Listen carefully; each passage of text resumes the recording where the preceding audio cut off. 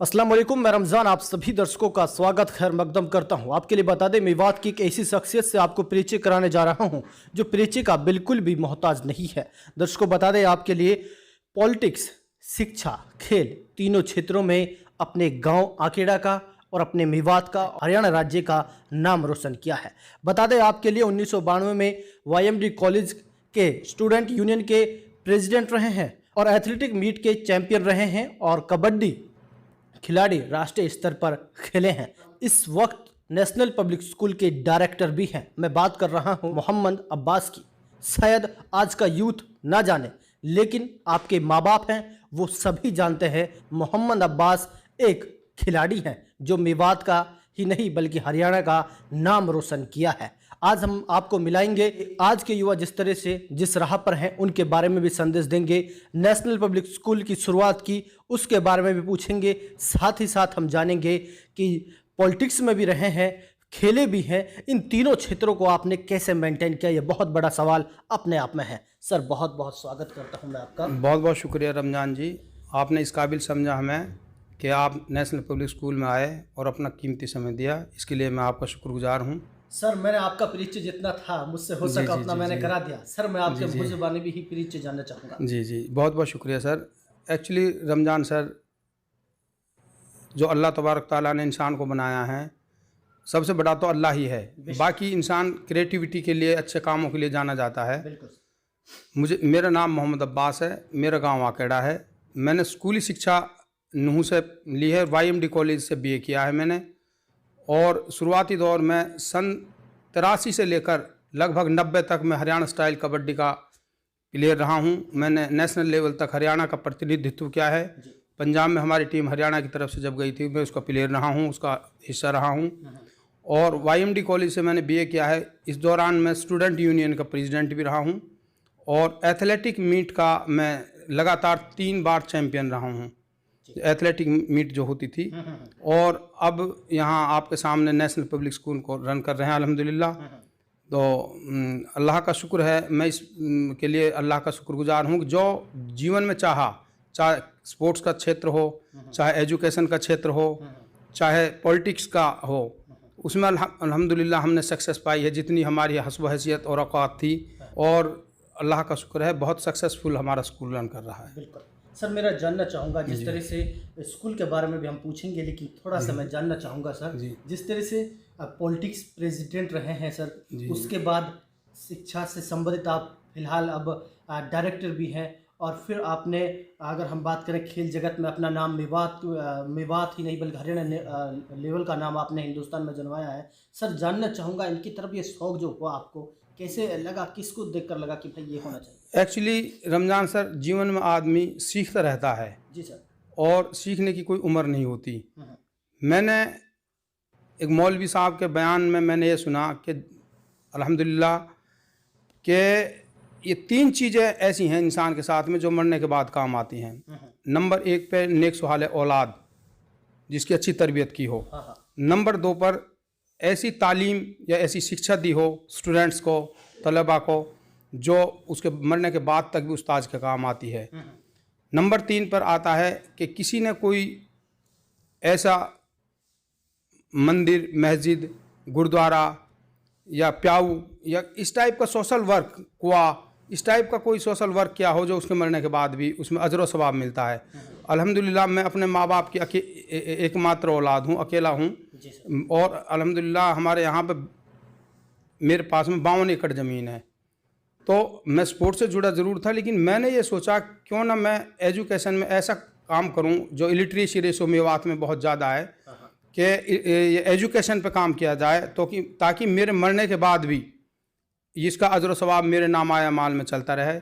इससे उस मौल साहब की बात से मुझे प्रेरणा मिली, मैं उससे मुतासिर हुआ और ये स्कूल नेशनल पब्लिक स्कूल को सन 2011-12 के सेशन में ओपन किया। मेरे मरहूम वालिद साहब Haji Hussain memorial education trust के सौजन्य से ये स्कूल ओपन किया है, नेशनल पब्लिक स्कूल, उसी के ट्रस्ट के माध्यम से ये स्कूल ओपन किया है। जी सर, जानना चाहूँगा जिस तरह से आप खेल में रहे हैं, पॉलिटिक्स में रहे हैं सर, उसके बाद ये जो स्कूल आपने खोला, आपके वालिद साहब के ये आपने याद में खोला। जी सर जानना चाहूँगा फिर आपने बच्चों के लिए क्या क्या फैसिलिटीज़ दी हैं, क्योंकि आप खेल जगत से खुद भी हैं। जी जी जी एक्चुअली इंफ्रास्ट्रक्चर अच्छे से +2 का स्कूल रन करने के लिए बहुत बड़े इंफ्रास्ट्रक्चर की ज़रूरत होती है। जी सर। स्टार्टिंग में 2011-12 में हमने मिडिल स्कूल ओपन किया था। उसके बाद में सन 15-16 में मैट्रिक तक की परमानेंट रिकग्निशन हो गई। लास्ट ईयर हमने +2 की तीनों स्ट्रीम की रिकग्निशन लिए और अब हमारे पास में स्ट्रेंथ बहुत अच्छी है और टीचिंग स्टाफ हमारी सबसे ज़्यादा जो पावरफुल स्ट्रेंथ है, इंफ्रास्ट्रक्चर है, बायोलॉजी लैब है, केमिस्ट्री लैब है, इनसे अलग हमारी जो सबसे पावरफुल स्ट्रेंथ है वो है टीचिंग स्टाफ। हमारे पास 5 साइंस के टीचर हैं और 5 इंग्लिश के टीचर हैं और 3 मैथमेटिक्स के हैं। SST हिंदी वगैरह के पर्टिकुलर एक खासियत ये भी है हमारे स्कूल की कि बहुत स्कूलों में हम सराउंडिंग में देखते हैं कि छोटे बच्चों को जैसे प्राइमरी सेक्शन की बात आती है तो उनको किसी को हिंदी के लिए भी कह दिया जाता है, मैथमेटिक्स पढ़ाने के लिए भी। हमारी स्कूल की ये खासियत है कि हमने जो फैकल्टी रखी हुई है उसमें पर्टिकुलर सब्जेक्ट का टीचर है, ट्रेंड टीचर, और बहुत अच्छी फैकल्टी है। मुझे नहीं लगता कि नेशनल पब्लिक स्कूल के जितने भी सराउंडिंग में स्कूल हैं उनमें हमसे बेस्ट फैकल्टी है। ये स्ट्रेंथ है हमारी। जी जी। तो दर्शकों, मोहम्मद अब्बास डायरेक्टर जो नेशनल पब्लिक स्कूल के हैं वो आपके लिए तफसील से बता रहे हैं कि स्कूल के अंदर हमारे पूरे टीचर हैं माशाल्लाह। और दूसरी बात यह है कि आप अक्सर देखते होंगे बच्चे इस वजह से भी साइड बदल लेते हैं कि आर्ट्स लें या साइंस लें। अगर साइंस के टीचर नहीं है तो बच्चे आर्ट्स की तरफ भागते हैं और अगर साइंस के नहीं है फिर कॉमर्स की तरफ भागते हैं। लेकिन नेशनल पब्लिक स्कूल पहली क्लास से +2 तक पूरे टीचर हैं और जो कि साइंस कॉमर्स सभी जो साइड हैं यहाँ पर तीनों स्ट्रीम हैं, तीनों के टीचर पूरे मौजूद हैं। जी जी बिल्कुल निश्चित रूप से। थोड़ा सा ये भी जानना चाहूँगा सर, एजुकेशन और स्पोर्ट्स को लेकर, खासकर जो बच्चे हैं स्पोर्ट्स को लेकर उनकी तरफ कितना सर आप खुद भी रहे हैं, मुतवज्जा कितना करते हैं? एक्चुअली मुझे बड़ा अफसोस होता है आज के यूथ पे कि 30% जो स्टूडेंट्स हैं, पेरेंट्स हैं, वो एजुकेशन के प्रति, हेल्थ के प्रति अवेयर हैं। 70 या मैं कहूँ 60% अभी तक मेवात में और काम करने की आवश्यकता है। इसमें खासकर मैं नशे की लत के लिए कहूँगा, जो बीड़ी, सिगरेट, गुटखा, तंबाकू इस टाइप का जो सेवन करते हैं बच्चे, अपनी हेल्थ को अर्ली स्टेज में ही ख़त्म कर लेते हैं। मेरी सोच ये है कि भाई अगर बच्चा अपने आप को मजबूत रखे, स्ट्रॉन्ग रखे, तो उसके अंदर काम करने की जो कैपेसिटी है वो बहुत ज़्यादा बढ़ जाती है। पावरफुल, ये अल्लाह की बेशकीमती नियामतों में से एक नियामत है सेहत। तो इनको अवॉइड करें। एक मैसेज करने में हो मेवात में कि गुटखा, बीड़ी, सिगरेट, पान, इनसे दूर रहें। यूथ, आज का यूथ है जो एक्सरसाइज करे, सिंपल एक्सरसाइज करे। जिम में आजकल वो एक इस टाइप का केमिकल से लिक्विड आता है खाने के लिए, उससे बॉडी फूल जाती है, वो भी हेल्थफुल नहीं है। तो इसके लिए बेस्ट ये है कि एक्सरसाइज, सादा एक्सरसाइज हो, दूध, घी, जो अपने फ्रूट्स, ड्राई फ्रूट्स, ये इनका सेवन करें। और सेहत अल्लाह की बेशकीमती नियामत है। एजुकेशन के साथ में स्पोर्ट्स भी बहुत मजबूत है, होना चाहिए। जी जी। सर जानना चाहूँगा, जिस तरह से सर अगर हम बेटियों की ड्रॉप आउट की बात करते हैं सर, उसको लेकर भी आप लोगों को जागरूक करते हैं, पेरेंट्स मीटिंग करते हैं? निश्चित रूप से। एक्चुअली अब मेवात जाग चुका है। मेवात में लड़कियों के एजुकेशन का ड्रॉप आउट काफ़ी कम हुआ है और पेरेंट्स अब अवेयर हो चुका है। काफ़ी लड़कियां हैं हमारे पास भी। और मैं मेवात में देखता हूँ अहिरवाल की तर्ज पर, अब यहाँ भी स्टैंड पे जब हम देखते हैं तो गर्ल्स का नहूम या फिरोजपुर झिरका, पुनहाना, बहुत लड़कियों को पढ़ा रहे हैं मेव कम्युनिटी के। ये अच्छी एक संकेत है एजुकेशन के लिए। बिल्कुल। सर मेरा आखिरी सवाल आपसे यही होगा कि जो मैं नहीं पूछ पाया हूँ सर, आखिर में और क्या कुछ कहना चाहेंगे? क्योंकि sir school, national public school शिक्षा के क्षेत्र में अब दिन दोगुनी रात चौगुनी कर रहा है। बच्चे आपके आगे पढ़ रहे हैं, आपका स्कूल का नाम रोशन हो रहा है। हम भी काफ़ी सुनते हैं, अखबार में पढ़ लेते हैं या फिर जब बैठते हैं तो कहीं वहाँ पर सुन लेते हैं कि national public school Mohammad Abbas ji का माशाल्लाह आज तरक्की कर रहा है। उस तरक्की को आप किस तरह से देख रहे हैं? एक्चुअली रमज़ान जी, हमारा काम है एक डेडिकेशन और लगन के साथ में अच्छे कार्यों को अंजाम देना। बाकी ये बात डिपेंड करती है कि अल्लाह तबारक ताला उसमें कितनी बरकत डालता है। तो हमारी नीयत इस बारे में बिल्कुल साफ़ है कि हम एक क्वालिटी एजुकेशन दें स्टूडेंट्स को और पेरेंट्स, ताकि इंटरनेशनल लेवल पर, नेशनल लेवल पर हमारे बच्चे जो स्टडी है उसमें कहीं भी ना पछड़ पाएँ।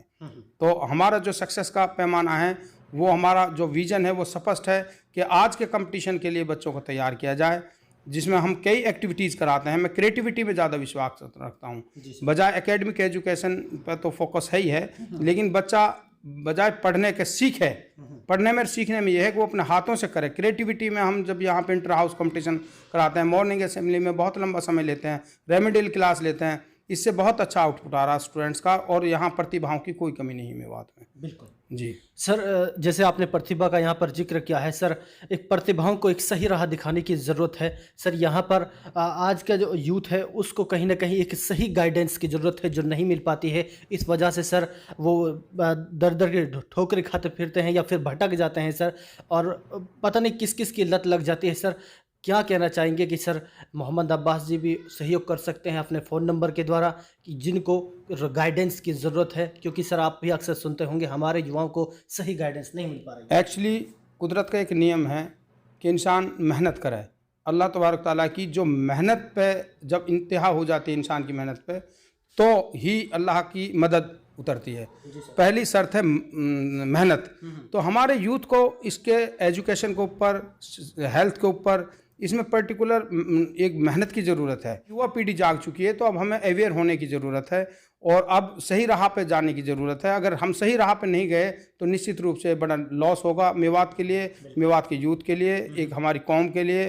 तो निश्चित रूप से एजुकेशन एक ऐसा मयार है जिससे आदमी ऊपर जा सकता है, बहुत ऊंचाइयां छू सकता है। बिना एजुकेशन के आदमी एक अंधे के बराबर है। और अल्लाह के नबी की सुन्नत है कि एजुकेशन के लिए तो उन्होंने कहा है, और कुरान शरीफ की आयत में इकरा के लिए अल्लाह तबारक ताला खुद कह रहे हैं। तो जो हम फॉलोवर्स हैं मोहम्मद सल्लल्लाहु अलैहि वसल्लम के और अल्लाह के नबी की बात को मानते हैं, तो हमें इसको शिक्षा को भी उसी के लेवल पे लेना चाहिए। जी बहुत बहुत शुक्रिया जनाब। बहुत बहुत शुक्रिया जनाब, बहुत बहुत शुक्रिया। तो दर्शकों, मेरे साथ ये डायरेक्टर मोहम्मद अब्बास जी अभी आपसे बातचीत कर रहे थे। मेवात की वो शख्सियत हैं जो परिचय का मोहताज नहीं है, क्योंकि कबड्डी और एथलेटिक मीट में ये इन्होंने मेवात का नाम रोशन किया है और आपने भी अक्सर सुना ज़रूर होगा। लेकिन जिस तरह से अब डायरेक्टर हैं नेशनल पब्लिक स्कूल के, तो आपने यहाँ पर स्कूल के खासकर जो विद्यार्थी हैं उनका जो स्पोर्ट्स के बारे में, या फिर कहें कि हर क्षेत्र में इनके बच्चे यहाँ से पढ़ाई हुए नेशनल पब्लिक स्कूल से आगे तक जा रहे हैं। और अलीगढ़ यूनिवर्सिटी जैसी, या फिर हम बात करें जामिया यूनिवर्सिटी या नवोदय की हम बात करते हैं, तो हर जगह अपना अपना झंडा गाड़ रहे हैं और नेशनल पब्लिक स्कूल का नाम रोशन कर रहे हैं। आज के लिए बस इतना ही। दीजिए रमज़ान को इजाज़त, फिर मिलेंगे आपसे फिर एक ऐसी और शख्सियत के साथ जो आपको कुछ दे सके, जिससे आप कुछ सीख सके। आज के लिए बस इतना ही। दीजिए रमज़ान को इजाज़त।